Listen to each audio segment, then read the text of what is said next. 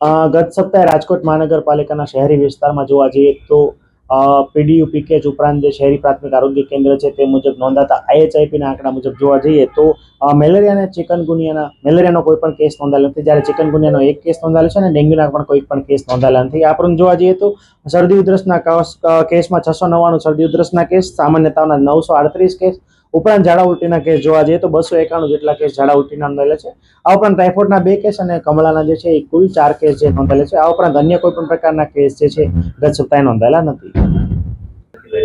ખાસ કરીને અત્યારે પાણીજન્ય રોગચાળામાં વધારો જે છે એ ઘણો બધો નોંધાતો આવે છે. છેલ્લા 6 અઠવાડિયાથી જોવા જઈએ તો કમળાના કેસીસ છે નોંધાયેલા છે. લોકોએ બહારનું જે છે પીવાનું અથવા ખાવાનું જે છે એ ખોરાક જે છે એ ટાળવો જોઈએ. ખાસ કરીને બહારની જે છૂટક અથવા ઓપનમાં જે વેચાતી વસ્તુઓ છે ખાદ્ય ખોરાક એ આરોગવાનું જે છે એ બની શકે તો ટાળવું જોઈએ. એમાં પણ ખાસ કરીને જોવા જઈએ તો હિપેટાઇટિસ એટલે કે કમળામાં પણ એ અને સી જે છે એનું ટ્રાન્સમિશન એ જે છે એમાં વધારે જોવા મળી રહ્યું છે. એનું ખાસ કારણ જે છે પાણી અથવા ખોરાક દ્વારા એનું ટ્રાન્સમિશન થતું જોવા મળે છે.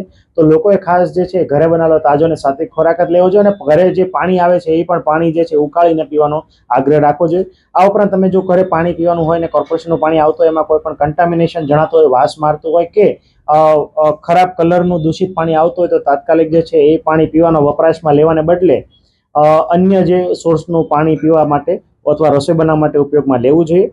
ઉપરાંત જે છે ખાસ કરીને અત્યારે મચ્છરજન્ય રોગચાળો જે પણ વકરવાની હંમેશા વકી રહી છે. ખાસ કરીને અત્યારે વરસાદની ઋતુમાં પાણીની આવક જે છે ઘણી બધી સારી થઈ છે. આ ઉપરાંત વરસાદ પણ સારો વરસ્યો છે.